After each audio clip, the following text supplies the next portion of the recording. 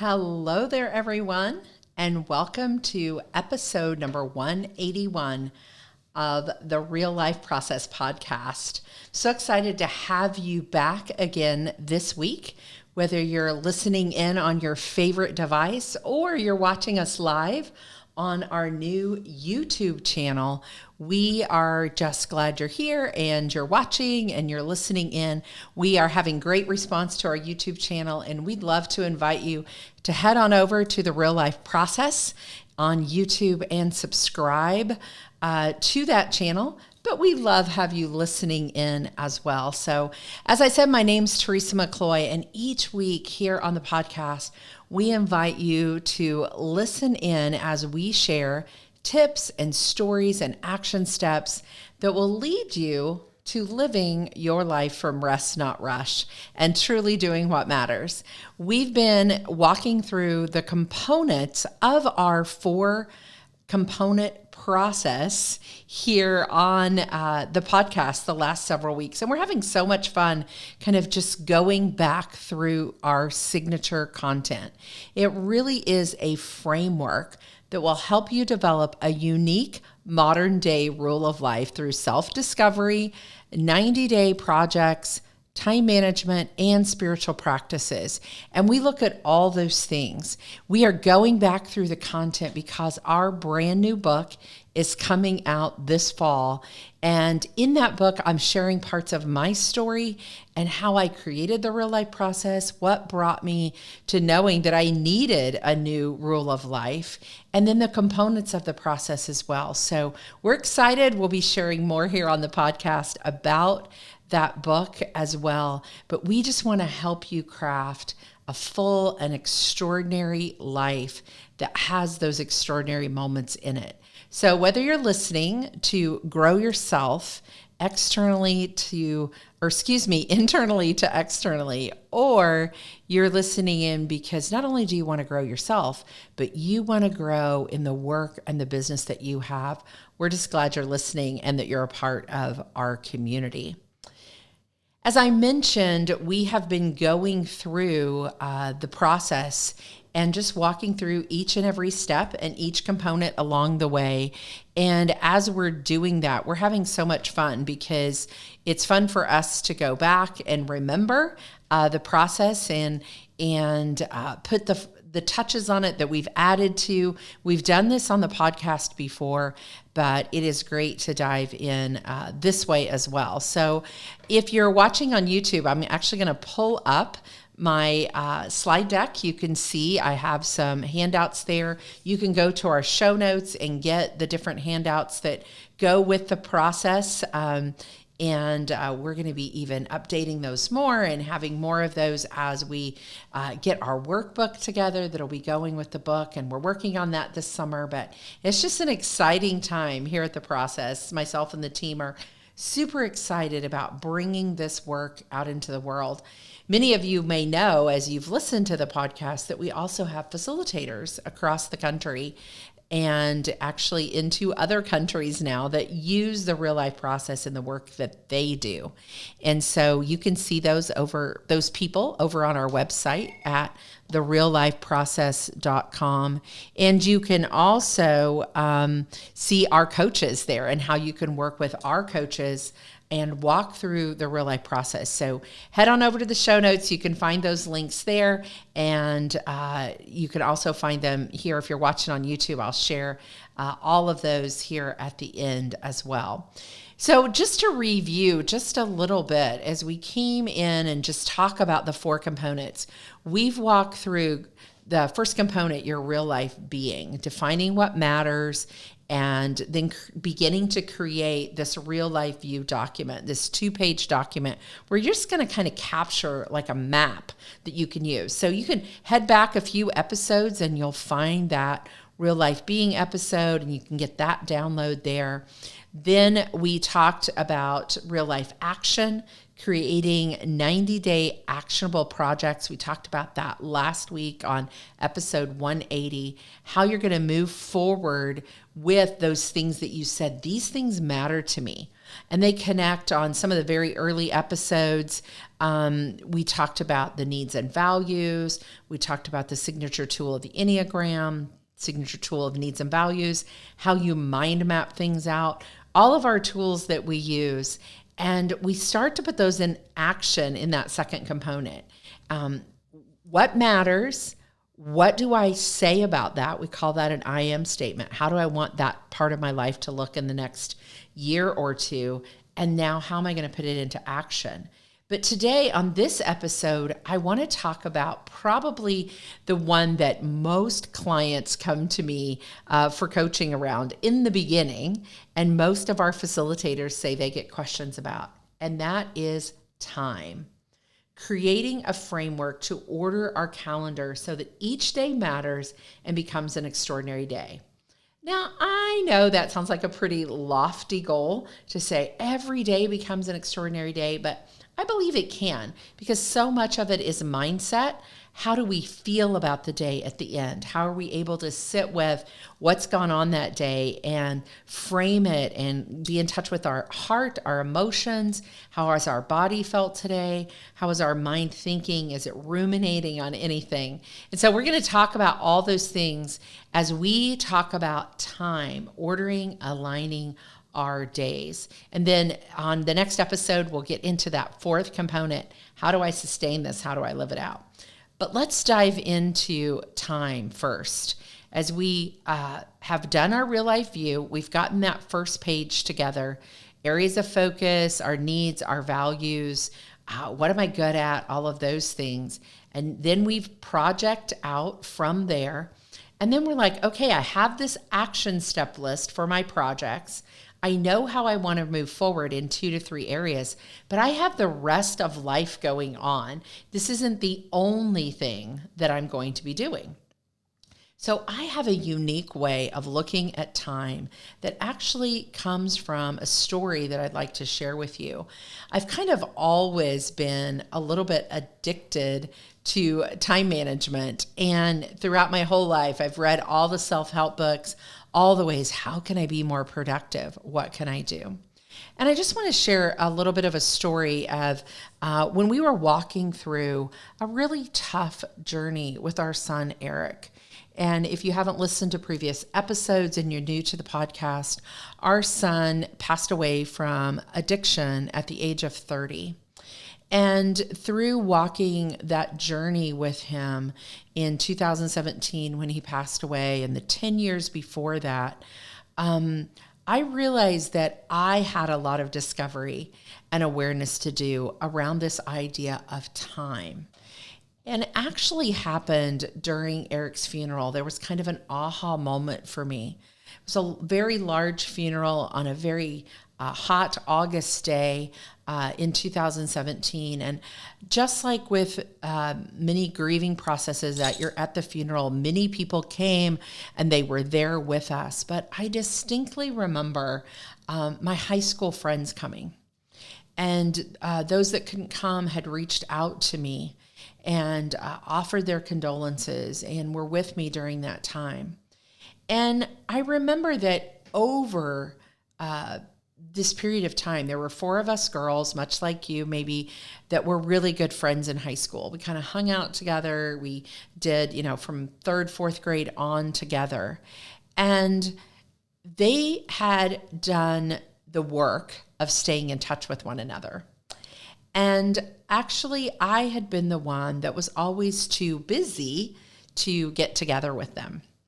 And I had missed several times when they would get together for dinner or for other things, and I hadn't been there. And I remember at the funeral when they showed up thinking, why have I not stayed connected deeply? And having kind of that aha moment of this matters. These relationships matter more than anything else that I've been doing or getting done at work. The relationships matter. So as I pulled that forward and I had just begun to dive in and started my business, I thought this is a really important time for me to notice what's going on and reframe the way I view time, the way I look at time, and how it's really connected to this inner part of me, how it can really help me live from a place of rest, not rush.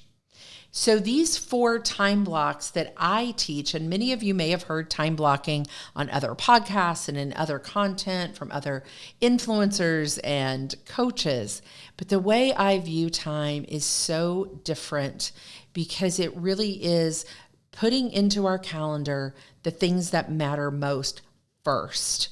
And so let me share with you what these 4 time blocks are, and then you can decide, how do you want to bring them into your life? So the first one is the present block. Having a daily block of time that's for your own self-care and soul care. How do I want to take care of myself so that I can show up as my best self for those people that matter to me, for my own relationships spiritually, for the growth that I want to do?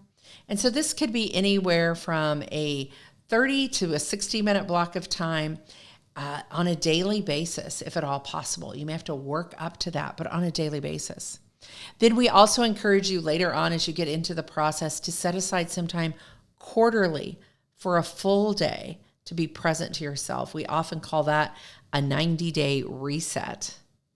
And maybe even looking at once a month, taking a half a day to spend a little bit more time in this place of being present to your own self. That could look like exercise, personal growth, devotion time, anything that fills your tank and fills you up.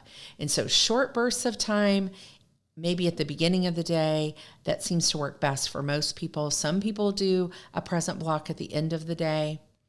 But that first block of taking care of yourself. The second block of the people block. And you heard me just share this story of saying, this is what really matters to me. This is where the people block comes in. Very different than many time blocking programs or places of saying, hey, put people first, not what you're doing, but how you're relating.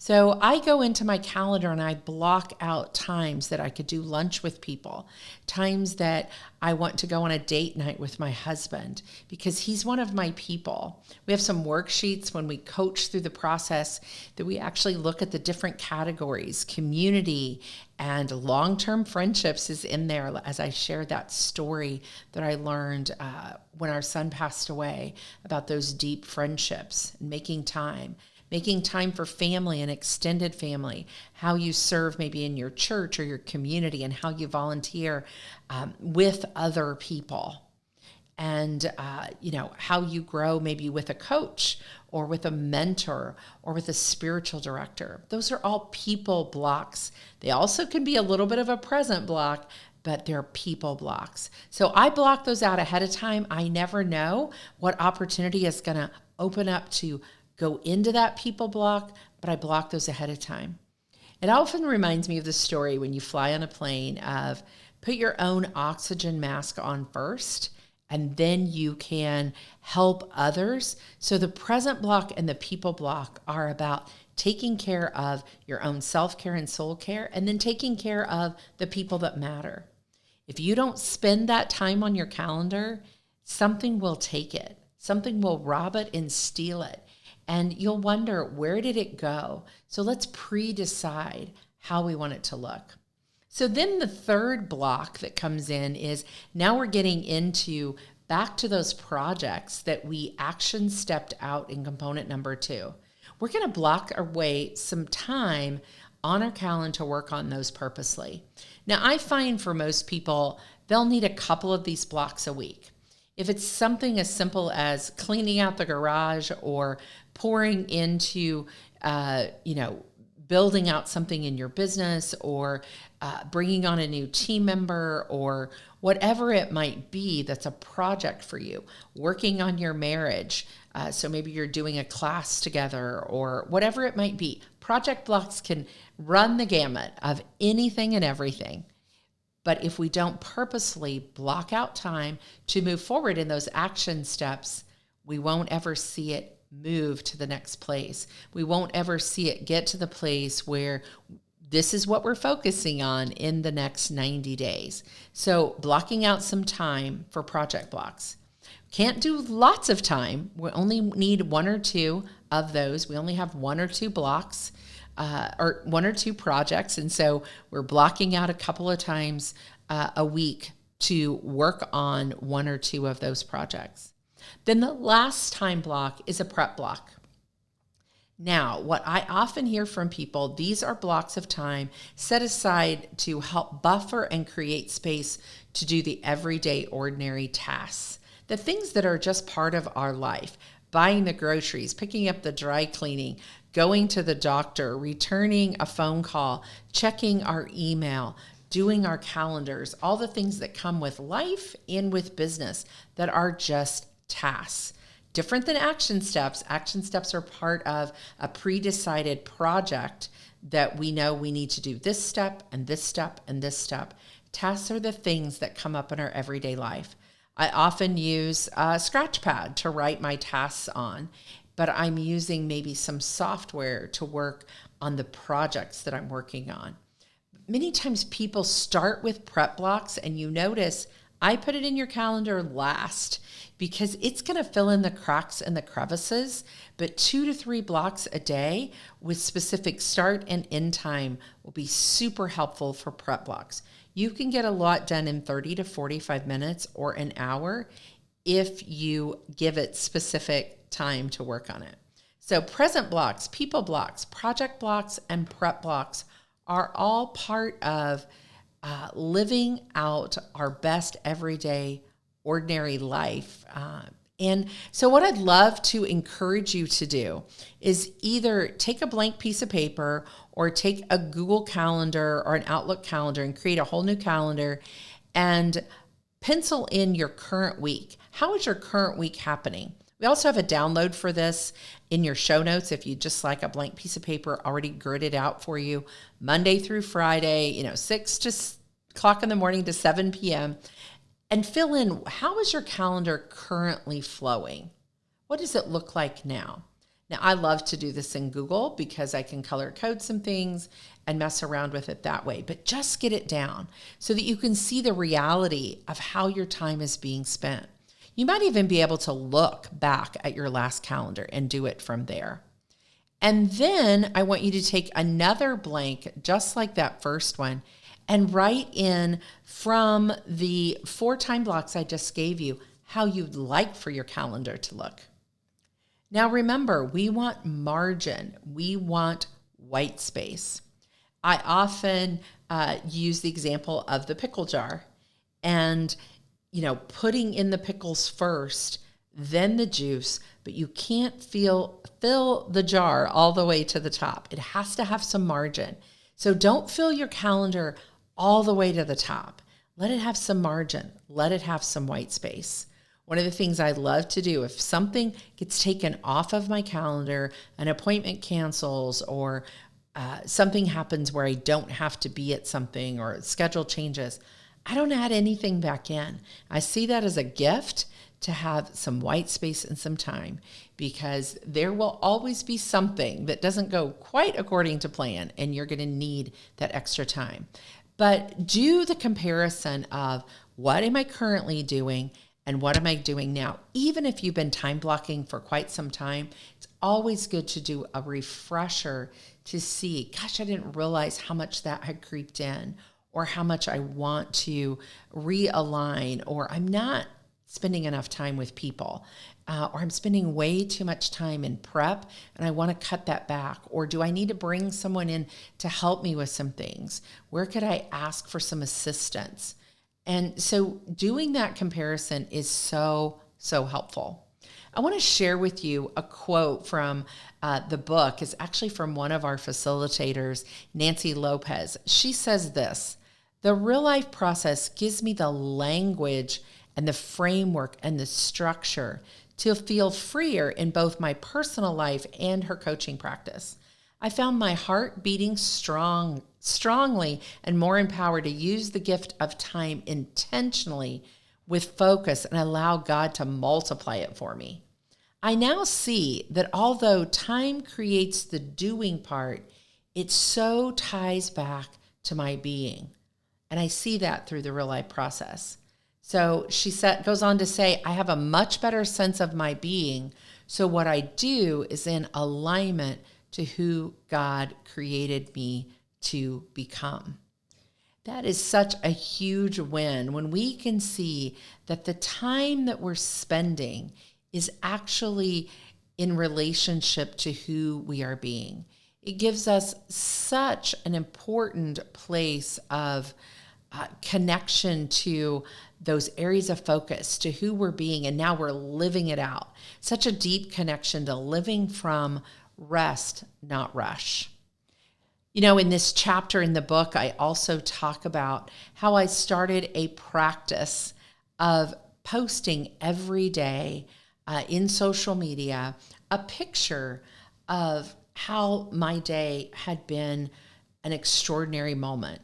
And it was a difficult time in our life, about 6 months after our son Eric had passed away, that I started doing this practice of, God, there's something good about today. There's something that I need to notice and that I need to be aware of. And it might be the smallest and the simplest of things. And many times it'll tie back to one of these 4 time blocks, something that I've prepared in a prep block, something that I've noticed in a relationship, or time that I've gotten to spend with a friend around a people block, or something that I'm working on in a project that I've had success with or I've even struggled with. And I just wanted to be real about how my life was playing out. And I started doing it through taking a picture on my phone and posting it on social media with some thoughts around it. Called it Ordinary to Extraordinary. Yes, this is an ordinary day, but in this ordinary day, there is something that is good. I've been doing this practice now for almost 1,300 and some odd days. It's almost 3.5, 4 years of posting. It's become a spiritual practice for me as I examine my day and see what really matters. So you've often heard me, if you've listened to the podcast, close it out by saying every ordinary day has an extraordinary moment. We just have to look for them. And as you dive into time blocking and looking at how you spend your time, how you pre-decide how your calendar is going to look so you can live into it to the fullest around the things that matter, I hope that you too will consider the fact that every day has a moment. We just have to look for them. We just have to notice them. It's been fun to walk through this third component with you of Real Life Time. This is just one of the components of all 4 of them that we work with. If you're not familiar with the Real Life Process, we want to encourage you to go out to the website at thereallifeprocess.com. Check out more of what we have going there. You can find our facilitators. You can find our coaches that work on our team. You can even find out more about our certification program, where you too can share this work with those that you're working with, become certified to use the content of the Real Life Process. So make sure you check out the show notes and all the free things that we have on the website. Follow us and subscribe on our YouTube channel. And we'll be back next week with more from the Real Life Process podcast.